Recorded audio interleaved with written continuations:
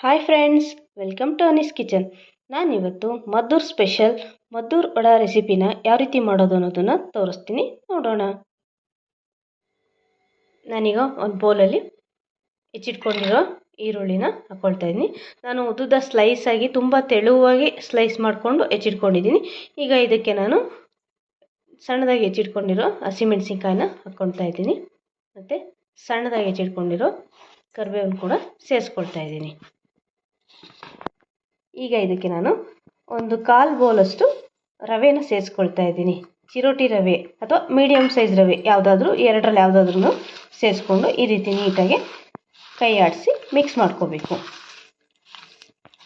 ನೋಡಿ, ಈ ರೀತಿ ನೀಟಾಗಿ ಆ ಈರುಳ್ಳಿ ಎಲ್ಲ ಬಿಡಿ ಬಿಡಿ ಆಗೋ ಹಾಗೆ ಮಿಕ್ಸ್ ಮಾಡ್ಕೊಳ್ಳಿ. ಈಗ ನಾನು ಇದಕ್ಕೆ ಒಂದು ಅರ್ಧ ಬೌಲಷ್ಟು ಗೋಧಿ ಹಿಟ್ಟನ್ನು ಸೇರಿಸ್ಕೊಳ್ತಾ ಇದ್ದೀನಿ. ಹಾಗೆ ಅದಕ್ಕೆ ಒಂದು ಅರ್ಧ ಬೌಲಷ್ಟು ಅಕ್ಕಿ ಹಿಟ್ಟನ್ನು ಸೇರಿಸ್ಕೊಳ್ತಾ ಇದ್ದೀನಿ.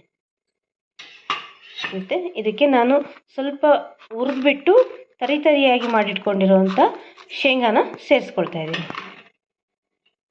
ಮತ್ತು ಸ್ವಲ್ಪ ರುಚಿಗೆ ತಕ್ಕಷ್ಟು ಉಪ್ಪನ್ನು ಸೇರಿಸ್ಕೊಳ್ತಾ ಇದ್ದೀನಿ. ಸೊ ಈಗ ಇದಿಷ್ಟನ್ನು ನೀಟಾಗಿ ಕೈ ಆಡಿಕೊಂಡು ಮಿಕ್ಸ್ ಮಾಡ್ಕೊಳ್ಳೋಣ. ಈರುಳ್ಳಿಯಲ್ಲೇ ನೀರು ಇರೋದ್ರಿಂದ ನಾನು ನೀರನ್ನು ನೋಡಿಬಿಟ್ಟು ಸೇರಿಸ್ಕೊಳ್ತೀನಿ.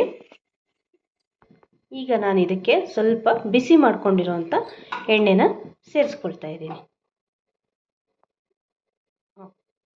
ಇದು ಸೇರಿಸ್ಕೊಳ್ಳೋದ್ರಿಂದ ಸ್ವಲ್ಪ ಕ್ರಿಸ್ಪಿಯಾಗಿ ಬರುತ್ತೆ. ಸೊ ಈಗ ಇದನ್ನು ನೀಟಾಗಿ ಕೈಯಾಡಿ ಮಿಕ್ಸ್ ಮಾಡ್ಕೊಳ್ಳೋಣ. ಇದಕ್ಕೆ ನೀರು ಸೇರಿಸ್ಕೊಳ್ಳೋಕ್ಕೂ ಮುಂಚೆ ಈರುಳ್ಳಿಲೇ ನೀರಿನ ಅಂಶ ಇರೋದ್ರಿಂದ ಸೊ ಅದೇ ನಮಗೆ ಮೆತ್ತಗಾಗುತ್ತೆ. ಅದನ್ನೇ ನೀಟಾಗಿಬಿಟ್ಟು ಕಲಿಸ್ಕೊಳ್ಳೋಣ ಫಸ್ಟ್ಗೆ. ಅದ್ರ ಮೇಲೆ ನಾವು ಬೇಕಾದರೆ ಸ್ವಲ್ಪನೇ ಕೈಯಲ್ಲಿ ತೊಗೊಂಡ್ಬಿಟ್ಟು ಈ ರೀತಿ ಸ್ವಲ್ಪ ಚಿಮ್ಸ್ಕೊಳ್ತಾ ನೀರನ್ನು ಮಿಕ್ಸ್ ಮಾಡ್ಕೋಬೇಕು. ನೋಡಿ, ಈ ರೀತಿ ನೀಟಾಗಿ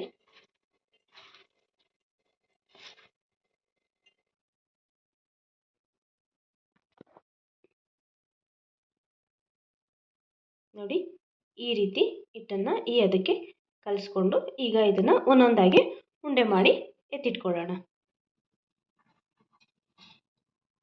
ನೋಡಿ, ನಾನು ಈ ರೀತಿ ಚಿಕ್ಕ ಚಿಕ್ಕದಾಗಿ ಉಂಡೆ ಮಾಡಿ ರೆಡಿ ಇಟ್ಕೊಂಡಿದ್ದೀನಿ. ಈಗ ಇದನ್ನು ಒಂದು ಕವರ್ ಮೇಲೆ, ಆಯಿಲ್ ಕವರ್ ಬರುತ್ತಲ್ಲ ಅದು ಅಥವಾ ಹೋಳಿಗೆ ಕವರ್ ಬರುತ್ತಲ್ಲ ಅದು, ಅದ್ರ ಮೇಲೆ ಸ್ವಲ್ಪ ಎಣ್ಣೆ ಹಾಕ್ಕೊಂಡ್ಬಿಟ್ಟು ನೀಟಾಗಿ ತಟ್ಕೊಳ್ಳೋಣ.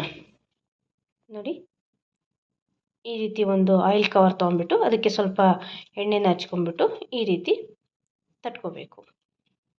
ಸ್ವಲ್ಪ ದಪ್ಪನೇ ಇದ್ದರೂ ಚೆನ್ನಾಗೇ ಇರುತ್ತದು. ತೀರಾ ತೆಳ್ಳಗೆ ಮಾಡ್ಕೋಬಾರ್ದು, ಸ್ವಲ್ಪ ದಪ್ಪನೇ ಇರಲಿ. ನೋಡಿ, ಸಾಕು, ಈಗ ಕರೆಕ್ಟಾಗಿದೆ. ಅದಕ್ಕೆ ಈ ಒಂದು ಸೈಜಿಗೆ ನಾನು ಇದನ್ನು ತಟ್ಕೊಂಡು ಈಗ ನಾನು ಬಾಣಲಿಲಿ ಎಣ್ಣೆನ ಕಾಯೋದಕ್ಕೆ ಇಟ್ಟಿದ್ದೀನಿ. ಎಣ್ಣೆ ಕಾದ ತಕ್ಷಣ ಇದನ್ನು ಕರಿಯೋಣ. ಈಗ ಎಣ್ಣೆ ಕಾದಿದೆ, ಒಂದೊಂದಾಗಿ ಮದ್ದೂರು ವಡೆನ ಎಣ್ಣೆಯಲ್ಲಿ ಕರಿಯೋದಕ್ಕೆ ಬಿಡೋಣ.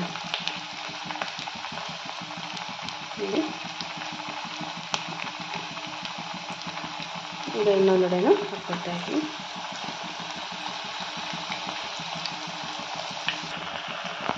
ಈಗ ಇದನ್ನು ಎರಡೂ ಕಡೆನೂ ಚೆನ್ನಾಗಿ ಗೋಲ್ಡನ್ ಬ್ರೌನ್ ಕಲರ್ ಬರೋವರೆಗೂ ಬೇಯಿಸ್ಕೊಳ್ಳೋಣ.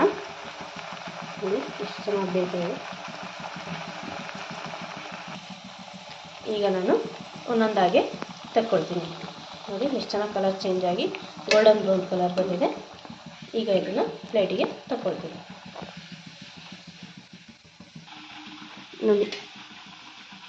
ನೋಡಿ, ಈ ಥರ ನೀಟಾಗಿ ಇರಬೇಕು ಸೈಡ್ಸ್ ಎಲ್ಲ. ಮತ್ತು ಇಷ್ಟು ತಿಕ್ನೆಸ್ ಇರಲೇಬೇಕದು. ಇನ್ನೂ ತೆಳುವಾದರೆ ಅದು ಪೂರ್ತಿ ಗರಿ ಅನ್ನಂಗೂ ಆಗುತ್ತೆ, ಅಷ್ಟು ಟೇಸ್ಟ್ ಬರೋದಿಲ್ಲ. ಸ್ವಲ್ಪ ದಪ್ಪನೇ ಇರಬೇಕು ಮದ್ದೂರು ವಡೆ. ಸೊ ಅದಕ್ಕೆ ನೀವು ಮಾಡ್ಕೊಂಡ್ಬಿಟ್ಟು ಕರ್ಕೋಬೇಕು.